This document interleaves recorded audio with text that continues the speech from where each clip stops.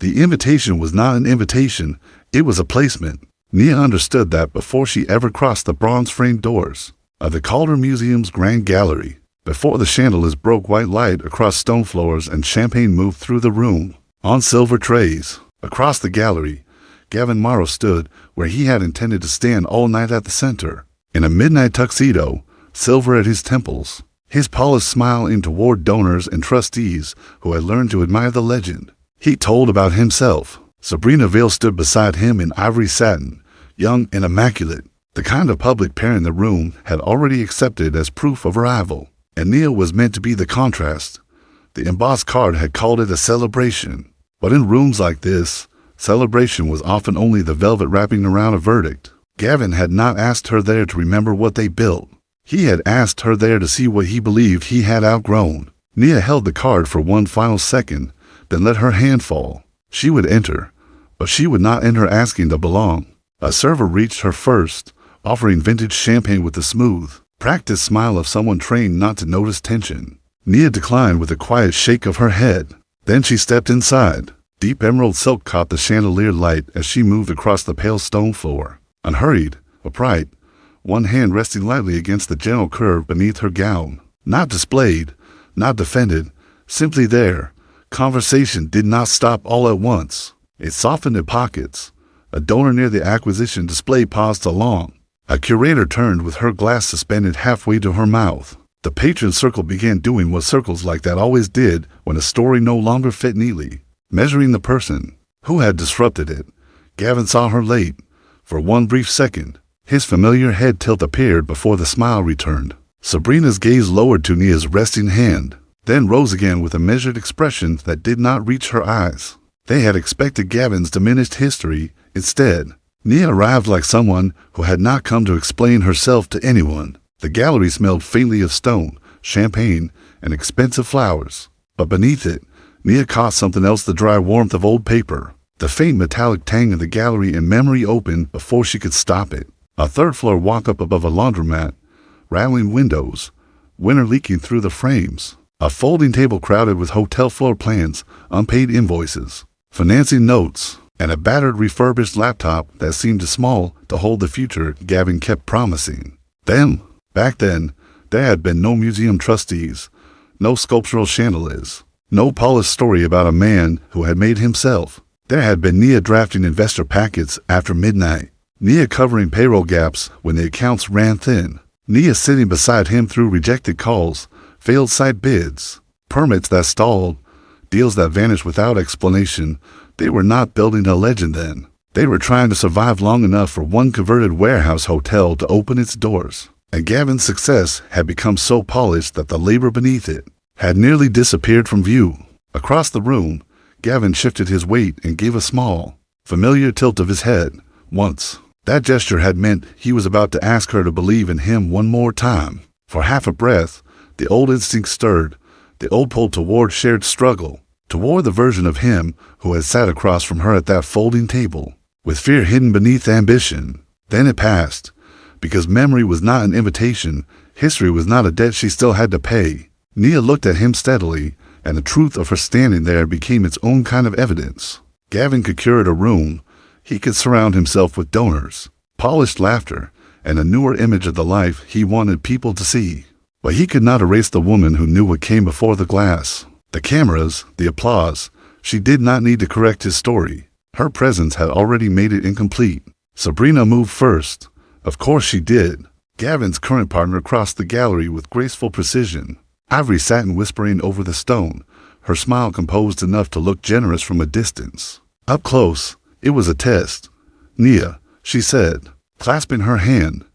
Her eyes flickered, just once, toward the curve beneath Nia's resting palm. How fortunate. Life does have a way of arranging new beginnings at exactly the right time. The words were soft. That was what made them sharp. Around them, a few small laughs rose from the patron circle, not loud enough to accuse, not warm enough to be kind. The room knew the etiquette. Smile, admire, let a woman defend herself without ever asking her a direct question. Sabrina held Nia's hand a moment too long, waiting for surprise, hurt, explanation, waiting for Nia to give the gallery something it could turn over in its hands. And Gavin watched from behind that polished smile, The room waited for Nia to answer it. Nia did not rush to fill the silence.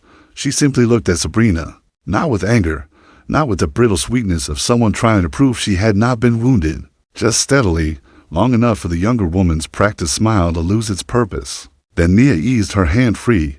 Her palm returned to her side. The other remained lightly against the curve beneath her emerald gown. And without offering a single explanation for the room to dissect, she turned away from Sabrina, away from Gavin, away from the bright little center he had arranged for her. The laughter thinned.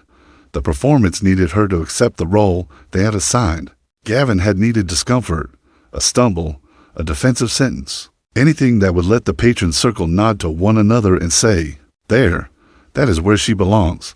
But Nia gave them nothing. No pain to admire, no jealousy to reward, no history to defend, only composure, moving calmly toward the far end of the gallery as though the room had never been entitled to an answer from her at all. And for the first time that night, Gavin's control looked exactly like what it was. A polished thing with no power once she stopped holding it up. Beyond the bronze-framed glass doors, the night met her without judgment.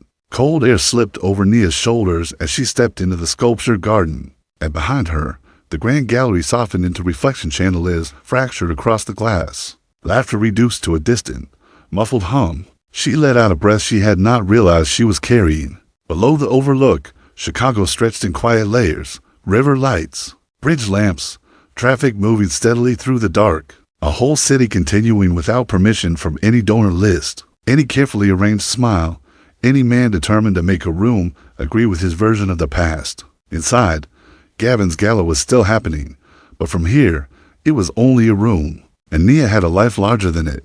She had built that life slowly, not in a dramatic clean break, not in the bright, satisfying way people like to imagine when they heard a woman had finally left. At first, there had only been the quiet of her Rogers Park apartment, lake light arriving too early through the blinds, the unfamiliar fact that no one else's anxiety was waiting for her before coffee, no folding table covered in hotel plans, no rattling windows above a laundromat, no Gavin pacing through another rejected financing call, asking her to believe the next one would be different. The silence had felt oversized, so Nia gave it structure. A walk by the lake each morning, cardamom coffee made exactly the way she wanted it, client reports spread across her own table, restoration work taken first because she needed it, then because she became good at it, then because people began seeking her out for the care she brought to damage things. And little by little, the woman who had once measured every choice against someone else's dream began to hear herself again.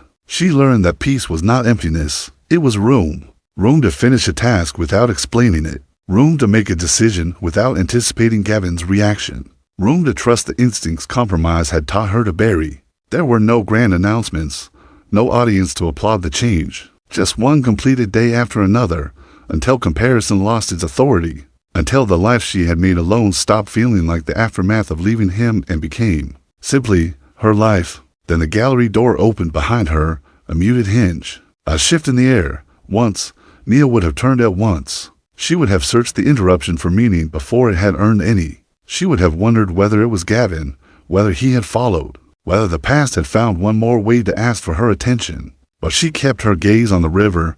The city lights did not flicker. The night did not demand an answer, and neither did she. Only after a moment only, which she chose, did Nia begin to turn. Elias Ward stood a few feet away beneath the garden lights. Charcoal dinner jacket, relaxed shoulders. That steady gray-blue gaze resting on her without urgency, without the slightest need to explain why he had come. He had not crossed the threshold like a rescue. He had simply arrived. For a moment, neither of them spoke. Behind the glass, the museum still glittered with its curated warmth and its hungry little calculations. Out here, there was only the cool air, the dark bronze sculptures, and the river moving beyond them. Nia met his eyes. Then Elias took one unhurried step closer.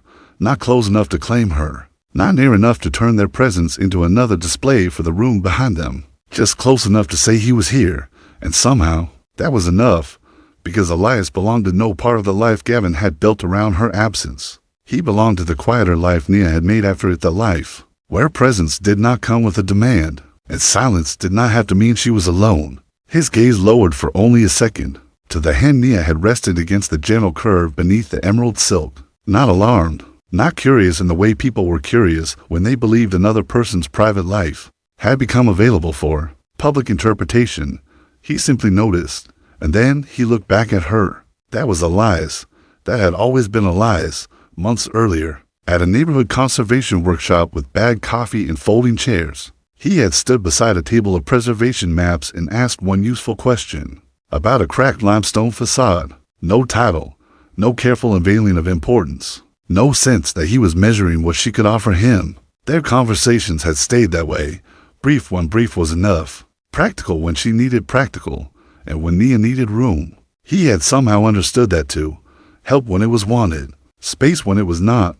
Nothing like the gallery behind the glass, where every kindness came dressed for an audience and every question carried a hidden hook. Elias had never asked her to turn her life into a story he could stand beside. Now, beneath the garden lights, his expression did not change. The river moved below them, the museum waited behind them, and when he finally spoke, his voice was low and even. "Are you ready?"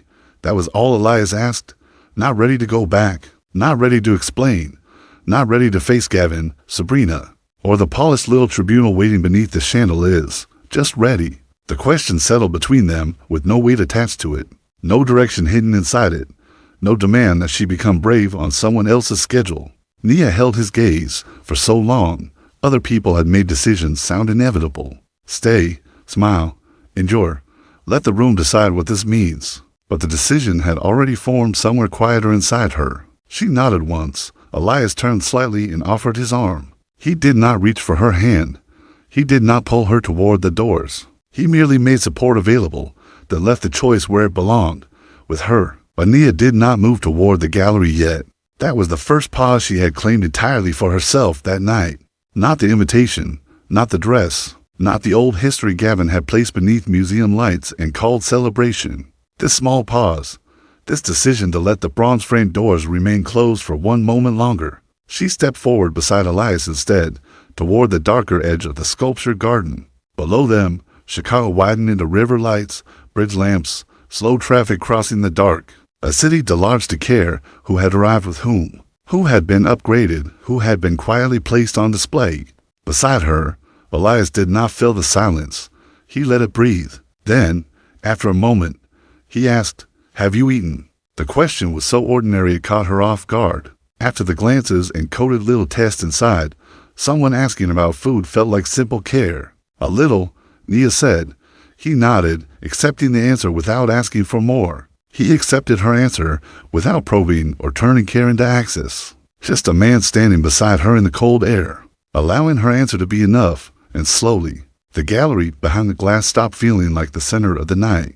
When Nia looked back through the doors, she did it only once. Inside, Gavin was laughing brightly at something one of the trustees had said, the sound arriving a fraction late against his tightening jaw. Sabrina stood near him in ivory satin, but her attention was no longer fixed on Nia. It kept shifting toward the garden, toward the man beside her, toward the imbalance she had begun to feel without yet knowing its name. The patron circle continued its careful orbit beneath the chandeliers. But Nia could see it now. The separation had already happened. It had not begun when she walked outside. It had begun years ago, in the quiet seasons after she left, when she learned that peace did not need Gavin's permission and a life could become whole, without an audience noticing. She was not returning to reclaim a place in that room. She was returning to close the door from the right side of it. Nia reached for the bronze handle. The glass doors opened on their muted hinge, trading cold night air for curated warmth. Elias moved with her, not ahead, not behind. Side by side, they crossed back into the grand gallery, and before either of them said a word, conversations paused half a beat too long. They did not enter touching. That was what unsettled them first. There was no possessive hand at Nia's waist, no theatrical clasp of fingers, no easy symbol the room could translate into gossip before the champagne lost its chill.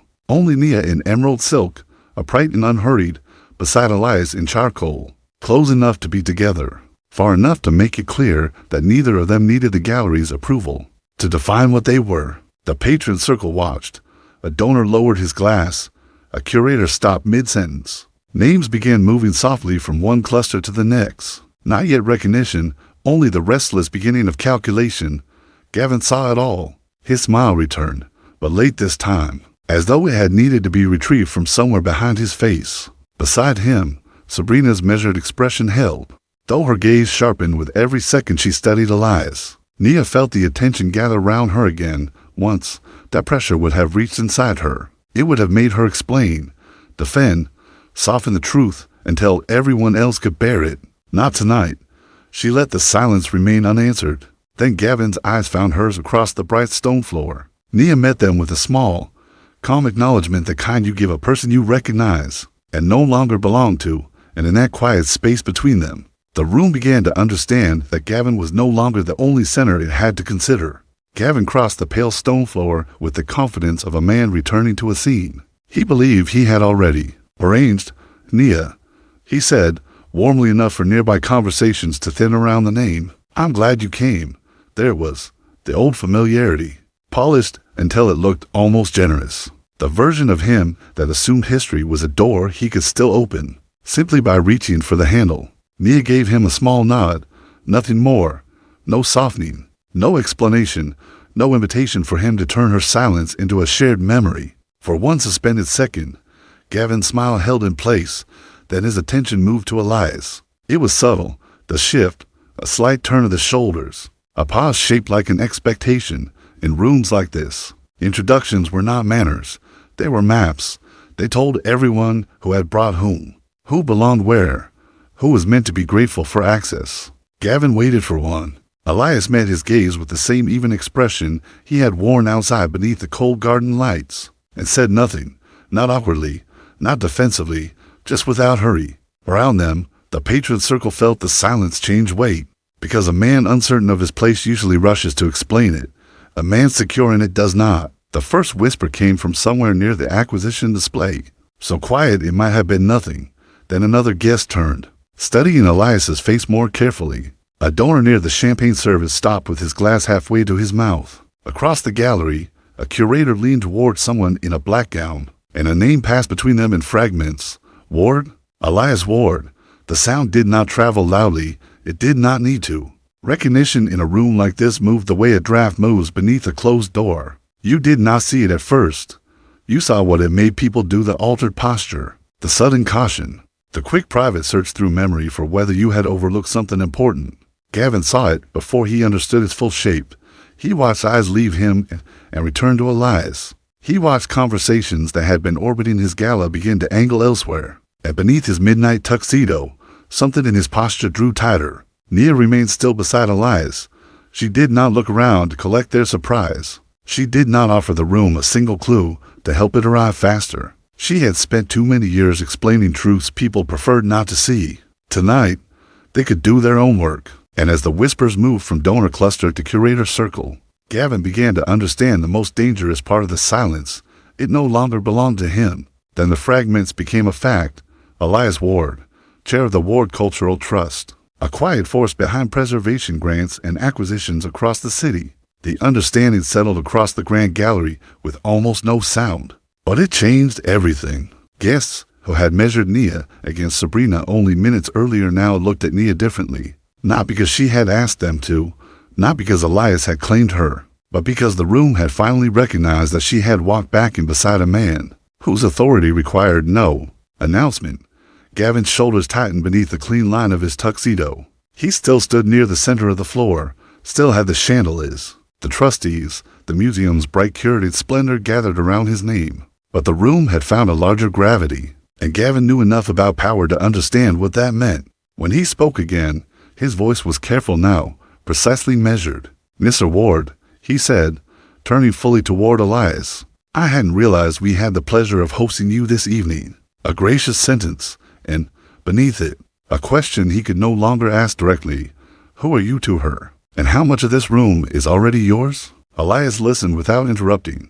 Gavin's words hung between them, elegant and deliberate, carrying all the effort of a man trying to make a shifting floor feel solid beneath his shoes. The patron circle waited.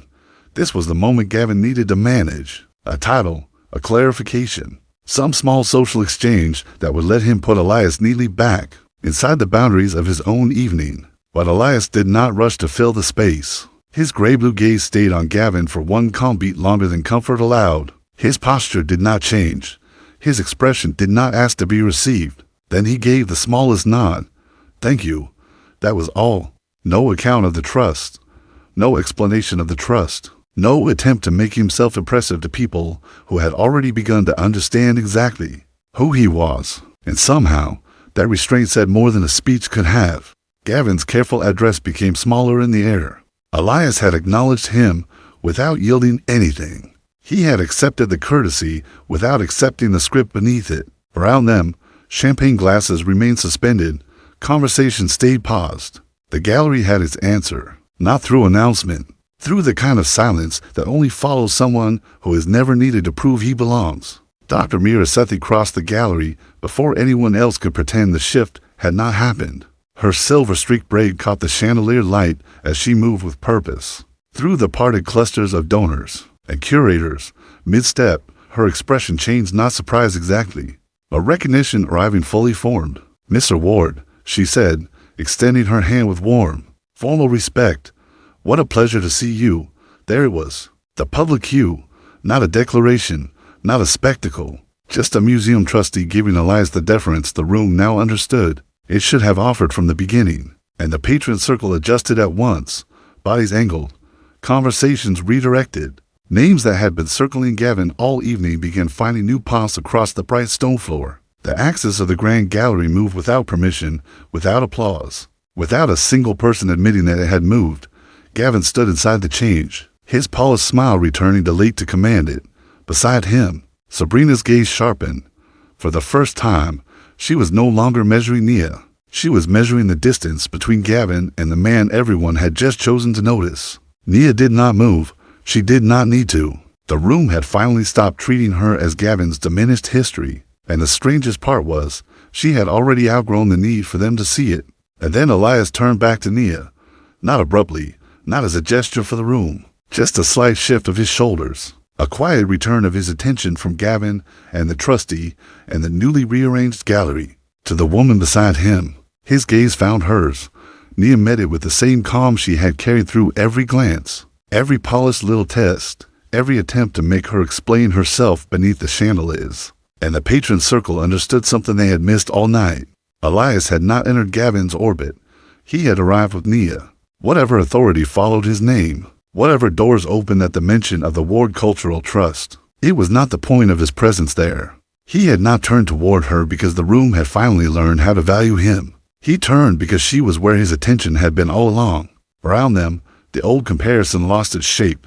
Gavin was no longer the center of a contest. Sabrina was no longer the polished answer to a question no one should have asked. And Nia was no longer standing in that bright gallery as someone's before. She stood beside Elias by choice, that quiet choice undid the room's entire comparison. For one suspended second, Nia let herself look across the room, at the donors who had paused too long when she arrived, at the curators who had measured her gown, her silence, the hand resting softly against the curb beneath it, at the faces that had accepted Gavin's version of her before they had heard a word. Now those same faces were recalculating, but Nia felt no triumph in it, no hunger either.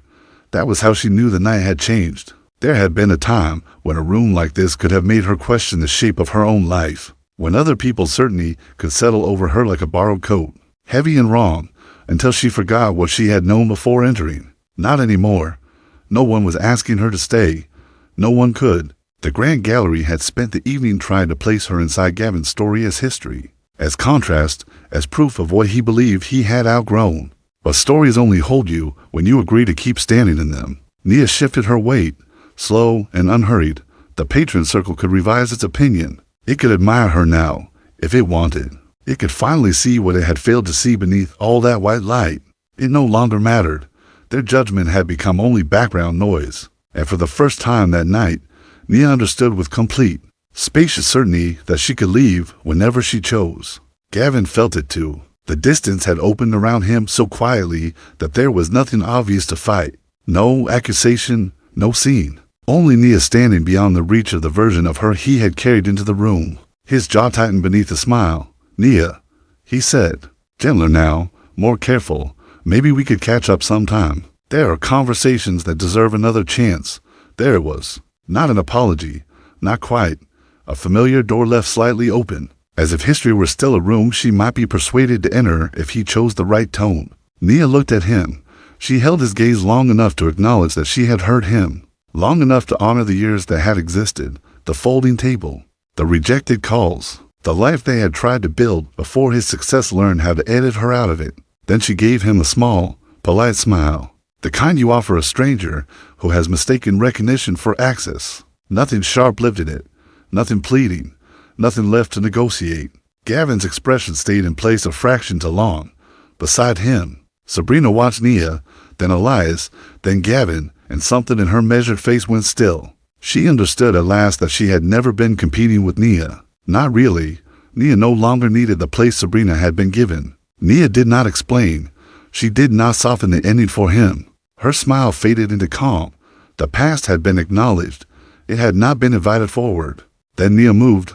No announcement followed. No final look toward the clusters of guests suddenly eager to understand her. She simply turned from the center of the grand gallery and began walking toward the bronze-framed glass doors. Elias did not reach for her. He did not speak over the silence or make her departure into a claim. He only turned with her and matched her pace. Behind them, the space they left remained open for a beat, bright and strangely exposed. The patron circle watched. Gavin watched. The whole carefully staged evening seemed to pause around the fact that no one had been dismissed. Nia had simply chosen to go. The doors opened with a muted hinge sound. Cool air from the sculpture garden met the gallery's curated warmth, slipping across the pale stone floor like a breath from another world. Beyond the glass, bronze forms stood dark against the river lights, and Chicago stretched outward in layers too wide to be managed by one gala. One donor list, one man's preferred memory. Nia crossed the threshold first. Elias moved beside her, not leading, not lagging behind, and as the doors began to close, the champagne laughter and hushed recalculations of the gallery softened into something distant, something already behind them. Outside, Nia paused only once. The cold night air settled against her skin. Below the overlook, bridge lights trembled over the river, traffic moved through the dark, and the city kept becoming itself without permission from anyone inside that museum. Behind her, the glass doors held fractured reflections of chandeliers and silk and all the people who had spent the evening deciding what she meant. Then the hydraulic close sounded softly. Nia did not turn around, because the night had never been about winning Gavin's room or being seen correctly by people who mistook polish for truth. It was about leaving without anger, without explanation, without carrying one unfinished piece of herself back through those doors. She faced the river lights, and then she walked forward, steady and unhurried, into the wider city beyond the garden, whole,